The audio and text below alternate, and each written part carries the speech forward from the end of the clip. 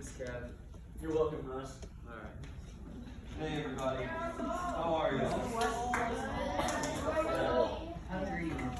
Hungry. All right.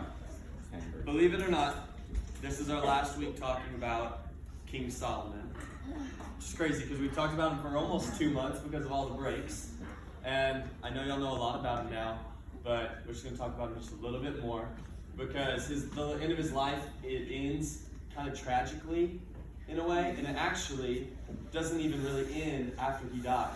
I'll explain that in a little bit. But first, I want to tell you all about something very near and dear to my heart, my BB gun when I was a kid. So, I had a neighborhood friend named David who got a BB gun for his birthday.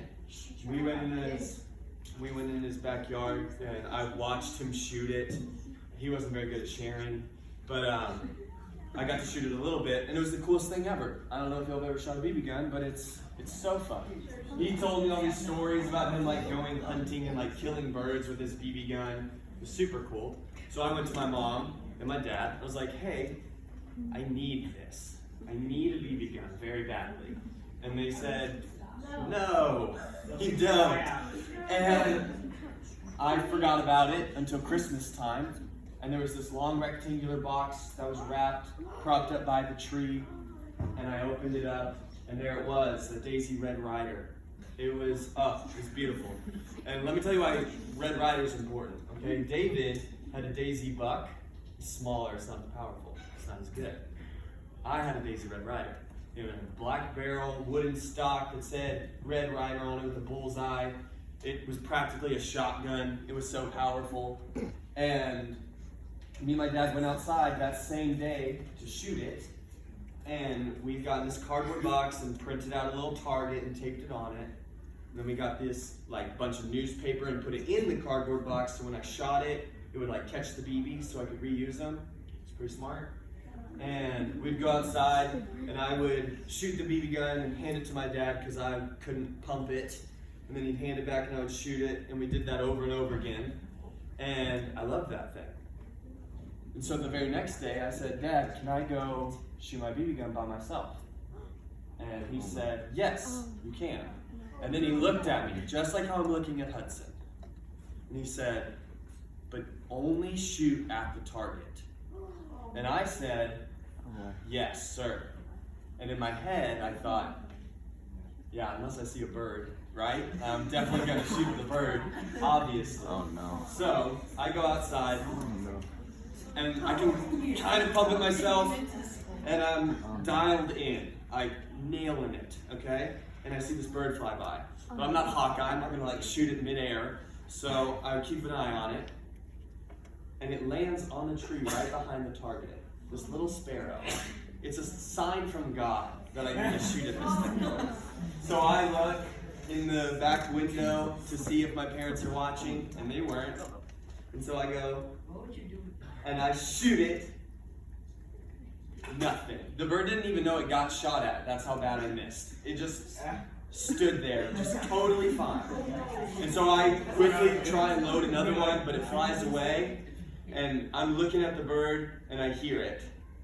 The back door opens. And I look, and it's my dad, and he just is like, come on. And I walk over and just kind of like hand him the gun. And he said, I'll give this back to you when I can trust you. And I was like, and the worst part, I didn't even get to flex on David that I had the better BB gun. I had it for one day and got it taken away. Because I was given specific instructions and did not follow them. I knew better, and I had to shoot at that bird, right? Okay? But, good point, but literally, if I had any type of wisdom, I would have known there was literally a house right behind that tree that I was shooting at. I was shooting directly at my neighbors. Like, I was very foolish for that. So, maybe y'all can see where I'm going with this. Solomon's story is not very different than that, okay? And at the end of his life, things get taken away from Solomon because he doesn't listen to God's wisdom, okay? Now, before we get into it, we're just going to do a little bit of a review, so go ahead and shout out some answers if you know it, okay? Who was Solomon's dad? David. Great job. All right, this was a little harder, but I bet some of y'all will know it. Who was Solomon's mom? Good job, Bathsheba. All right. Hey, what did Solomon ask God for? Wisdom. Good. How many years was Solomon king? 25.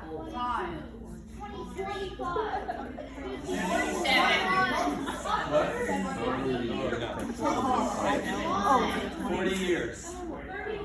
Okay. All right. Next question. Y'all are. This one's it's gonna be funny, but y'all are all gonna know the answer to this one. How many wives did Solomon have? 700.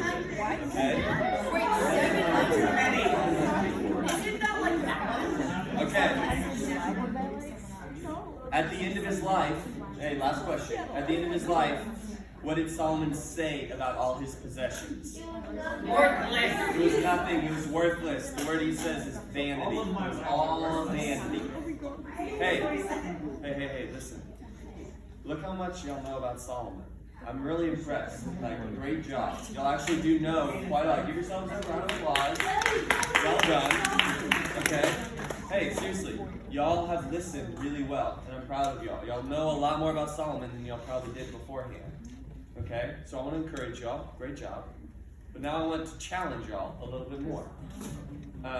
Knowing stuff about the Bible, knowing stuff about Scripture is not nearly as important as doing what Scripture teaches.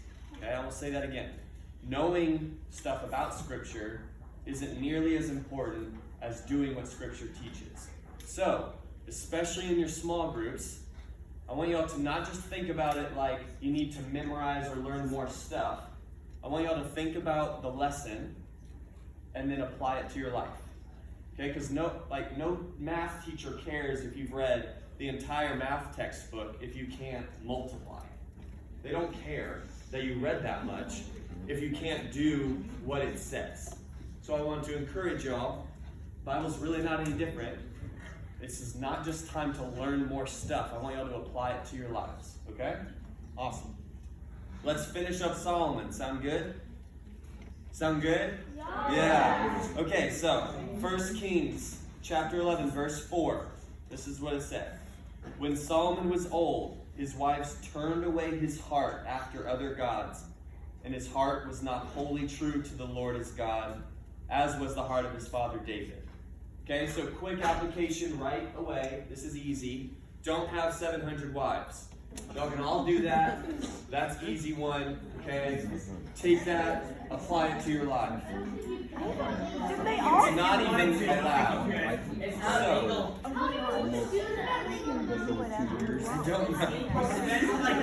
All right, bring it back in. All right, hey, bring it back in. Verse 9. Okay, this is more interesting. The Lord was angry with Solomon because his heart had turned away from the Lord, the God of Israel, who had appeared to him twice. All right, notice how the Lord isn't angry with Solomon's wives for turning him away. He's angry with Solomon because he should have known better. Actually, it's more accurate to say he was angry with Solomon because Solomon did know better.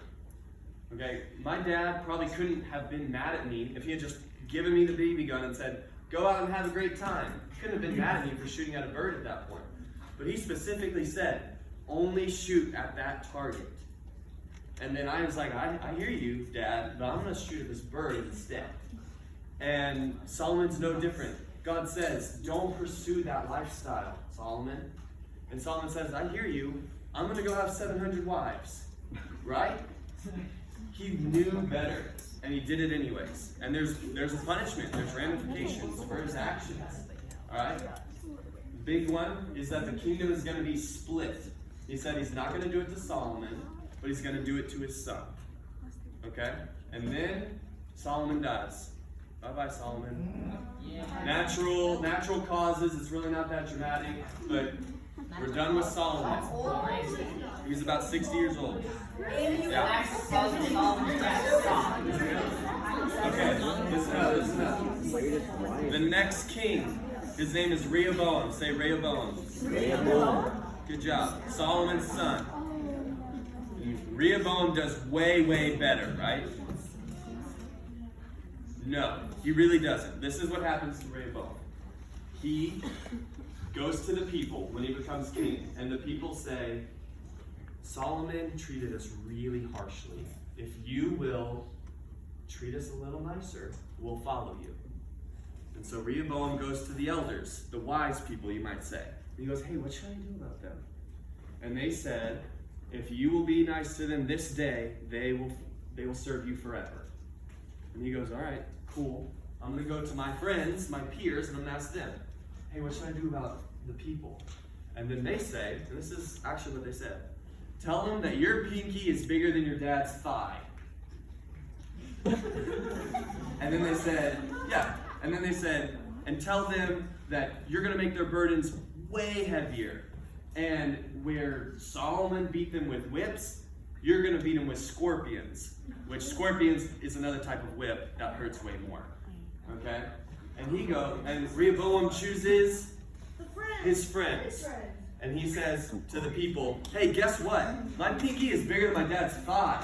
And they're all like, then he said, and your burdens are going to be so heavy, and I'm not going to beat you with whips. And they're like, oh. And he's like, I'm going to beat you with scorpions. Like, oh my gosh. And then guess what the Israelites do? They leave. They say, no, you're not. And they go home, and they split. The 10 northern tribes become Israel, and the 2 southern tribes, Judah and Benjamin, become Judah. I don't know why they don't become Benjamin. Hey, listen. God's people that he took out of Egypt, he gave them the promised land, and they ruin it. They're split up now. The whole thing is blown up. We've started this downward spiral that's not going to end until Jesus comes back. Okay? Years, hundreds of years of just bad is about to happen. Why? Because Solomon rejects God's wisdom. And because Rehoboam rejects the wisdom of the elders. Okay? It's super serious. It's super unfortunate. So, we're going to go into our small groups. I'm going to leave you with a question. All right? Think about it and bring it to your small groups, okay? Remember, have a great conversation in your small groups and apply it to your life, all right? So the question is just this, all right? Hey, listen up. The question is this. Where do you get your wisdom from, and do you actually listen to it? All right? Y'all, I love y'all. Go to your small groups.